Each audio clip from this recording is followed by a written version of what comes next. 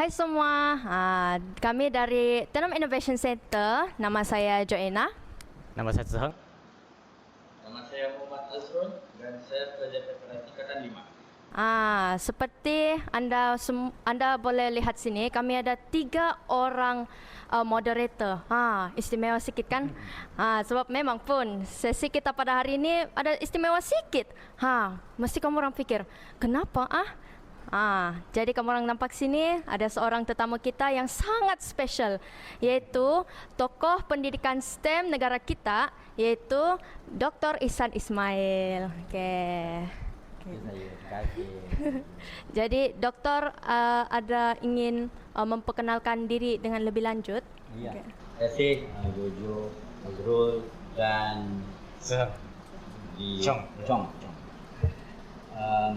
Pertama sekali saya terima kasih kepada pihak PIC yang jemput saya untuk berada di sini petang ini. Saya sebenarnya adalah seorang guru. Saya mula mengajar 30 tahun yang lalu. Sudah 30 tahun saya cikgu matematik. Matematik di Sabah juga, di Tawau Sabah. Di Tawau. First posting di Tawau Sabah, lepas tu saya sambung belajar buat master di UKM dan lepas tu saya terus di Kementerian Pendidikan sampai sekarang. Dan saya matematik lah. Nampak dengar-dengar pun macam menarik betul kan tentang latar belakang Dr. Ihsan ni.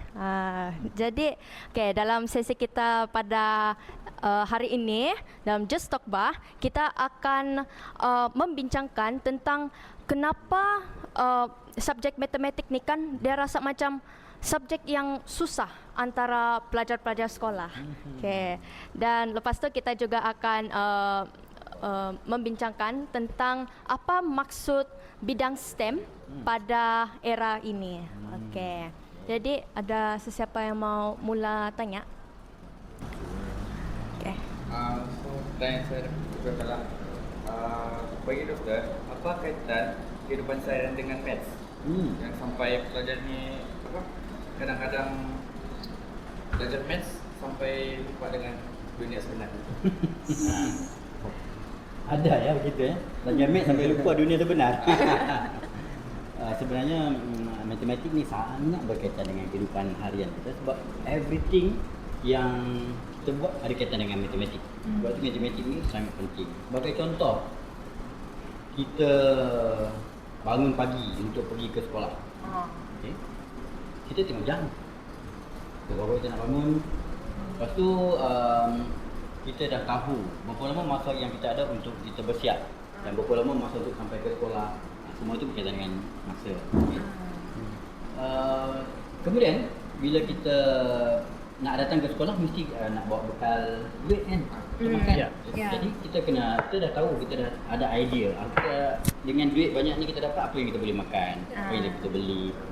Dengan semua itu di situ. Masa, duit kan. Lepas tu kita juga selain daripada kita datang ke sekolah tu dengan tengok masa, dengan duit untuk makan dan sebagainya,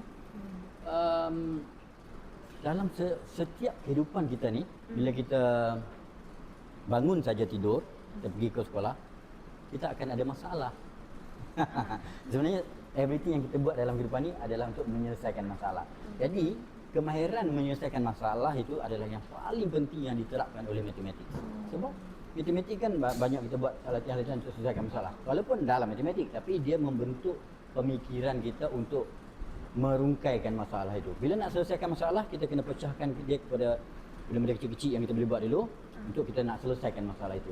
Jadi matematik melatih kita untuk berfikir, untuk menyelesaikan masalah dan menjadikan kehidupan kita ni lebih menyeronokkan.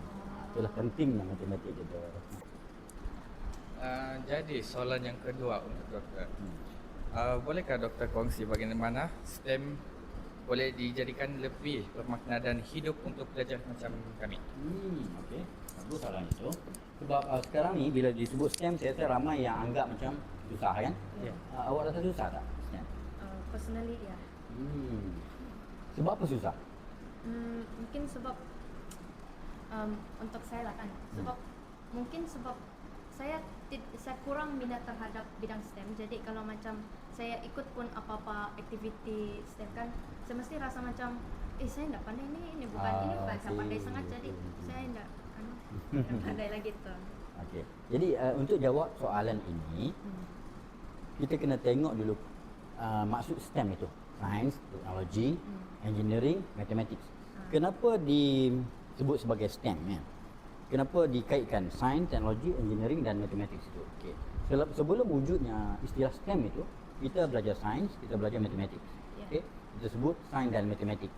Tetapi Sains dan matematik ini dia sangat berkaitan dengan kejuruteraan, engineering dan juga berkaitan dengan teknologi. Okay. Dan kesemua ini, sains matematik ini adalah asas kepada kejuruteraan dan teknologi dan ini adalah untuk kehidupan kita. Dalam kejuruteraan, kita ada jurutera awam, civil. Jurutera civil dia buat apa? Contoh, dia buat jambatan, dia buat bangunan, itu civil engineering. Untuk membolehkan dia buat jambatan bangunan tu dia kena ada elemen pengiraan, matematik datang di situ. Sama juga dengan teknologi pun akan ada di situ, teknologi untuk nak bina jambatan dan sebagainya. Okay? Jadi itu sebagai satu contoh yang simple. Sebenarnya matematik yang kita belajar di sekolah ni sebagai asas, sains yang kita belajar di sekolah sebagai asas, bila kita masuk ke dunia sebenar, kita akan gunakan ilmu tu dalam kehidupan kita nak selesaikan masalah. Disebut STEM tu sebab kita tidak mahu budak ingat teknologi dengan kejuruteraan tu benda yang berlainan. Jadi kita gabungkan sekali jadi STEM. Dan STEM ni sebenarnya datang dari US, dari United States. Mereka bermula dengan dia sebut sebagai SMAT, SMET, Science, Mathematics, Engineering, Technology. Tapi SMAT tu membawa maksud yang tidak baik sebenarnya. Dalam kalangan orang yang berkulit hitam di sana, maksud tu ada something yang tak sesuai dengan orang. Jadi dia orang tukar kepada STEM. Kenapa US memperkenalkan STEM? Saya rasa masalah sama saja di Malaysia ni. Kita anggap macam matematik, sains tu susah dan tak ada kaitan dengan kehidupan harian. Bila dia buat STEM, baru kita boleh nampak bahawa matematik dan sains tadi digunakan untuk memudahkan kehidupan harian kita. Jadi mungkin aktiviti yang dibuat sini, Jojo kata tak minat, susah, mungkin sebab tak nampak lagi macam mana yang dikatakan STEM tu sebenarnya sangat berkaitan dengan kita. So untuk menjadikan dia lebih menyeronokkan, buat aktiviti yang simple dulu yang kita perlu mungkin terlibat setiap hari. Begitu. Macam yang doktor ada ceritakan tadi yang macam bangun pagi itu tu kan kira-kira duit perbelanjaan sebelum pergi sekolah itu semua kah? Ya, itu adalah a very basic punya kegunaan mathematics. Kan? Tapi bila masuk STEM tu dia dah mulai advance. Dia ada elemen sains, ada teknologi, ada engineering. Yang tadi tu very basic. Tapi asas tu lah yang akan membawa kepada STEM tadi tu. Okey, ada lagi soalan? Itu saja doktor. Ada tambahan soalan? Kalau ada apa-apa Zohong? Saya tanya sikit. Okay. Semasa saya masuk tingkatan 4, saya ada sedikit highlight sebab kenapa MX dengan Maths terpisah. Sebab bukan MX kah dia saya kalau kamu tengok form 1 sampai form 3 punya Maths dia berkaitan algebra. Tapi lepas tu MS memang saya rasa dia memang sambungan untuk semua subjek itu.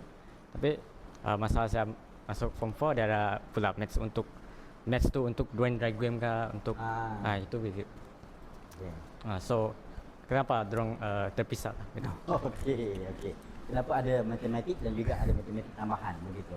Ya. Okey.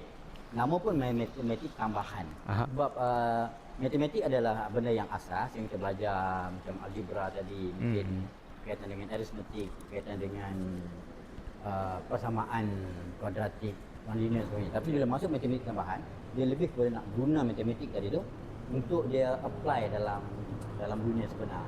Contoh, dalam matematik tambahan belajar tentang pembezaan dan pengamiran. Ada belajar tak? Ada. Pembezaan dan pengamiran. Ya. Differentiation and integration. Yes. Okey.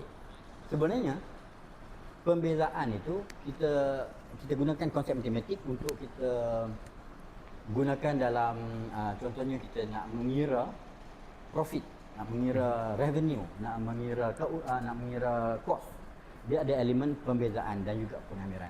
Jadi matematik tambahan itu adalah macam mana kita nak apply basic math tadi itu dalam pekerjaan, dalam kehidupan sebenar. Bukan saja untuk tadi nak mengira profit, revenue dengan cost. Pembezaan dan pengamiran juga digunakan untuk contohnya kita nak buat satu jambatan, kita perlukan kira berapa volume of material yang perlu masuk dalam tu supaya dia cukup. Itu juga ada elemen pembezaan dan pengamiran. Mungkin masa belajar tak nampak pun kegunaan tu kan. Macam susah saja kan, kena ada divided X kan semua kan. Ada cacing tu kan. Ya. Tapi bila sampai ke peringkat universiti, itulah yang digunakan. Jadi berbalik pada soalan tadi, matematik tambahan adalah aplikasi kepada apa yang asas yang kita telah belajar dalam matematik. Dan untuk makluman, Chong, Ya. saya dulu buat A-level mathematics. Oh. Matematik tambahan tu dipecah pada dua lagi, iaitu mathematics dengan further mathematics. Mathematics A-level adalah matematik tambahan. Ada further math, matematik lanjutan lagi, yang lagi advance punya level.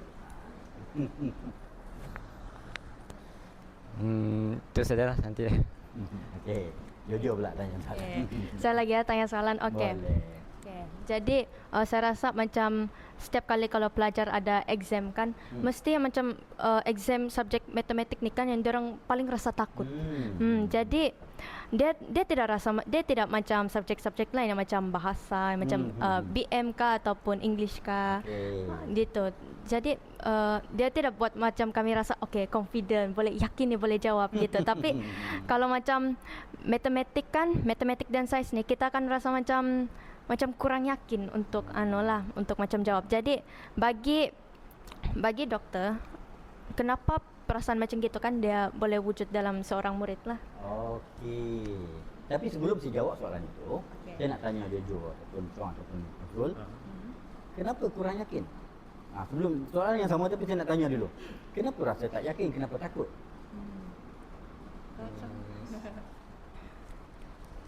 Sebab saya rasa semasa menjawab kan dia macam ada lebih tidak sama dengan apa saya biasanya ada buat kan. Macam tidak pastilah betul atau Ya. tidak kan. Jadi tidak yakinlah di situ. Ya. Jojo pula, kenapa jadi takut? Sebab saya rasa saya macam dia macam saya rasa takut untuk jawab matematik sebab saya memang rasa diri saya macam kurang pandai matematik. Jadi I think maybe sebab pengaruh itu kan dia carry sama saya. Even though saya ada buat banyak latihan baik itu kan saya masih rasa kurang Tidak yakin. yakinlah, tidak yakin. Okey. Azrul pula? Kalau saya pula macam bila cikgu bagi saya latihan, saya kadang macam confused, betulkah jawapan dia ni?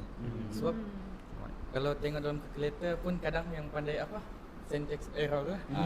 Itu bikin tambah lagi yang bikin susah, bikin risau. Okey. Itu betul kan tak? Okey, saya berpendapat kenapa awak semua ada perasaan macam tu. Pada saya ini terjadi bila di dalam kelas kita hanya belajar, you all hanya belajar untuk jawab soalan. Kan, betul tak? Bila masuk dalam kelas, cikgu bagi soalan, mungkin cikgu terang cara nak jawab, tu bagi soalan jawab, betul? Ya. Faham tak konsep tu? Matematik tu? Tak faham kan? Sama juga tadi pembezaan pengamiran. Tak tahu kan kenapa kita nak pakai itu? Macam saya cakap tadi kan? Ya. Sama juga dengan persamaan, mungkin persamaan linear, persamaan kuadratik, persamaan kubik. Kenapa kena belajar pasal persamaan linear tadi? Pernah tak diterangkan? Tidak. Tidak pernah kan? Ya. Sebab kita macam murid-murid sekarang hanya dibagi itu, kemudian ini cara nak jawab soalan. Jadi sekarang ini walaupun cikgu buat macam tu, tapi awak boleh cuba untuk cari maklumat lanjut. Kenapa kena belajar persamaan linear contohnya? Apa kegunaan persamaan linear? Apa kegunaan persamaan kuadratik?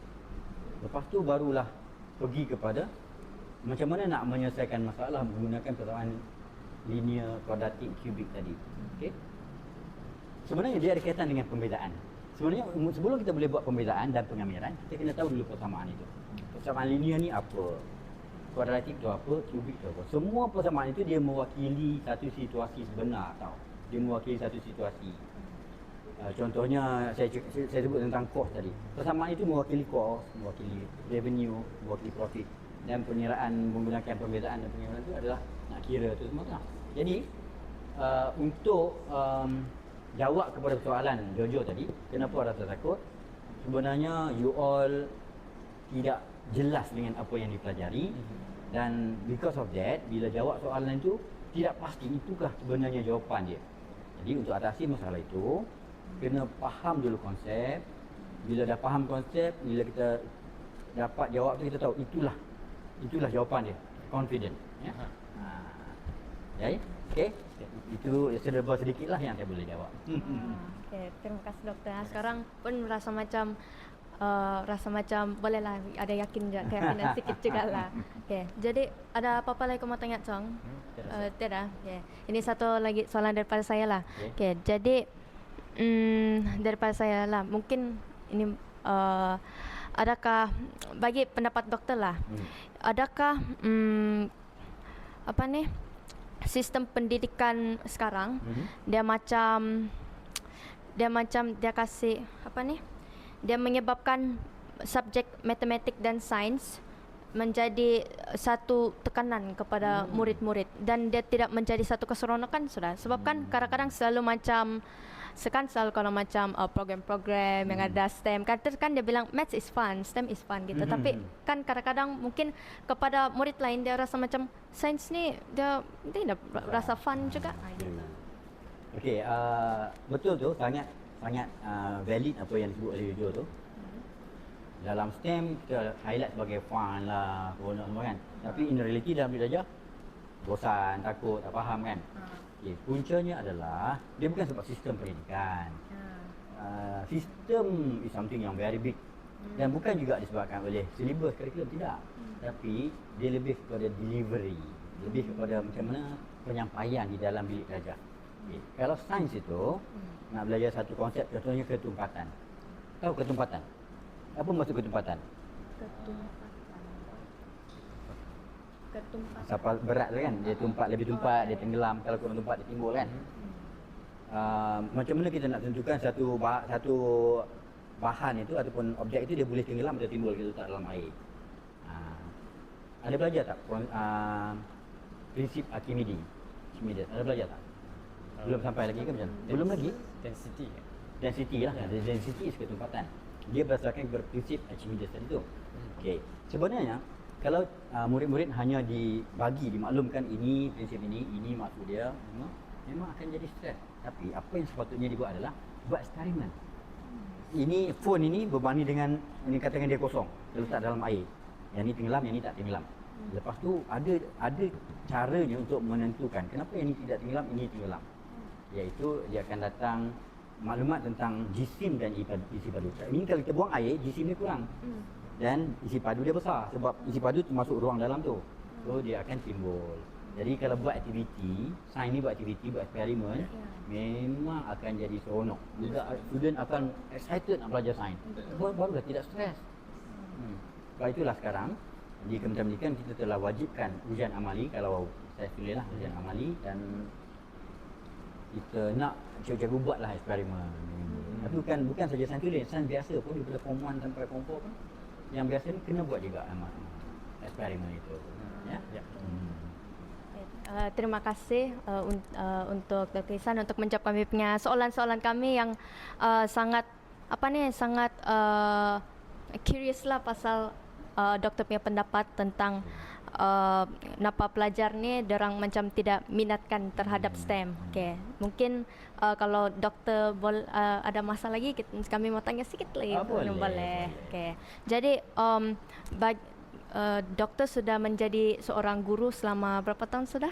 Kalau dalam sistem pendidikan selama 30 tahun. Tapi betul-betul di sekolah hanya 4 tahun lah. Itu saya di Kementerian Pendidikan. Okay. Jadi bagi doktor kan, doktor adakah satu macam memori dengan seorang pelajar kah yang di mana dia macam it change doktor punya disebabkan murid itu punya kecemerlangan, kejayaan itu kan dia mengubah doktor punya perspektif tentang STEM. gitu. Ataupun dia macam mungkin disebabkan murid ini saya boleh tolong mengubah itu ataukah gitu. Soalan yang sangat bagus. Saya suka soalan ini. Okay. Cerita sedikit pasal dulu. Ada satu cerita lah. Ada satu cerita lah. Cerita dulu lah. Dulu saya cikgu matematik tambahan. Saya ajar matematik tambahan. Saya rasa saya cikgu yang bagus. Saya perasan lah kan. Perasan sebab bila saya mengajar, budak saya faham dan peratus lulusan tu memang naik banyak. Daripada 50% lulus, selepas 2 tahun jadi 96% lulus. Bayangkan peningkatan 46%. Seorang saja gagal. Seorang saja gagal. Okey. Murid yang gagal itu dia sebenarnya tak layak masuk aliran Sainsulin. Tapi abang dia mengajar di situ, di sekolah saya tu, dia nak anak dia masuk, adik dia masuk Sainsulin. Sebab dia kata penting dan belajar admat dan fizik, kimia, biologi semua. Tapi masa tu saya beranggapan dia tak layak. Dan saya tahu dia akan menjejaskan saya punya prestasi subjek saya. True enough, dia seorang saja yang gagal. Dan masa itu saya macam kecewa lah kan. Saya dah cakap dia tak boleh tapi masuk juga. Tetapi beberapa tahun selepas itu, bila FB, masa itu belum ada FB. Bila ada FB, student saya pun kontak, cikgu apa khabar, cikgu di mana kan. Lama tak jumpa cikgu. Dia orang add saya dalam FB dan saya jumpa lah murid FB murid tadi tu. Yang gagal subjek tu. Murid ini memang sangat dingin dengan saya. Dia tak suka saya lah. Yalah. Kan sebab saya pun masa tu macam tak suka dia kan. Tapi yang mengubah persepsi saya terhadap murid ini adalah walaupun dia gagal matematik tambahan, tapi dia buat diploma dalam bidang kejuruteraan. Kan? Dan dia kerja dengan RTM sebagai juruteknik. Jadi saya fikir walaupun dia gagal, dia belajar admat, dia gagal tapi dia masih boleh. Jadi itu ketiga itu mengubah saya punya persepsi terhadap murid. Maksud saya patutnya dari awal lagi saya tahu dia contohnya macam tak layak nak masuk, tapi saya kena bagilah perhatian dekat dia. Kena bantu dia. Tapi bila saya dah tahu dia macam dia tak apa boleh, saya abaikan. Lepas tu saya nak marah dia kan. Jadi apa yang saya belajar daripada episod itu adalah semua murid saya kena bagi perhatian. Kalau dia tak boleh pun saya kena ubah cara, saya kena bantu, saya kena tanya, bagi perhatian lebih dekat dia. InsyaAllah dia boleh lulus. Sebab walaupun gagal dia buat diploma kejuruteraan, dia boleh lulus. Jadi pembantu teknik yang maksudnya bertaraf pembantu juruteraan lah. Ya.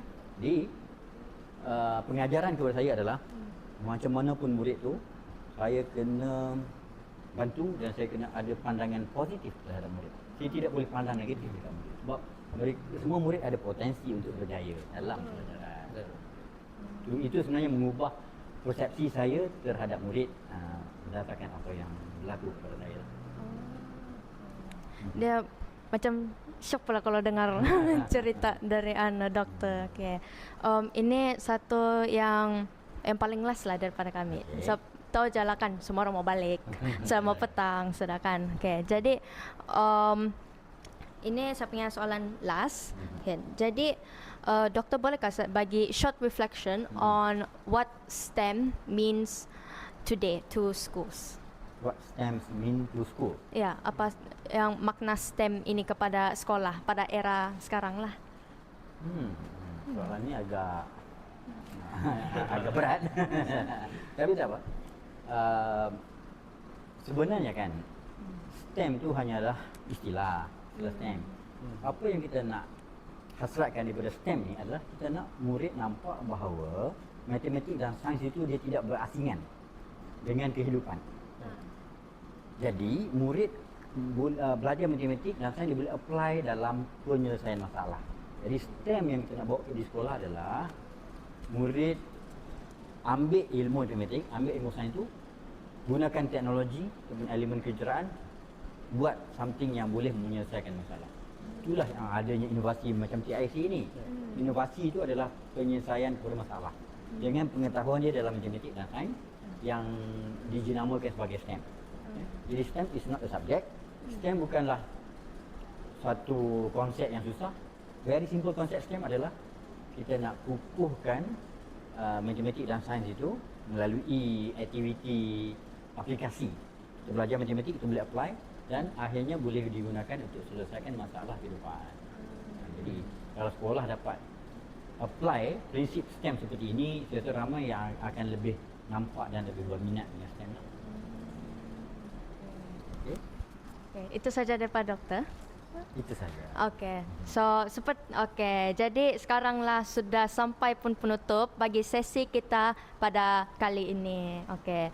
Jadi kami dari pihak Just Talk Bah berharap guru-guru dan juga murid-murid yang tengok untuk sesi kita pada kali ini akan terasa inspired lah dengan kata-kata daripada Dr. Ihsan yang telah menjawab semua kami punya soalan tadi. Okey. Jadi doktor ada kata-kata apa-apa yang terakhir untuk anu? Yang terakhir daripada saya, pertama sekali saya berikan tahniah kepada semua yang aktif dalam melaksanakan podcast ini.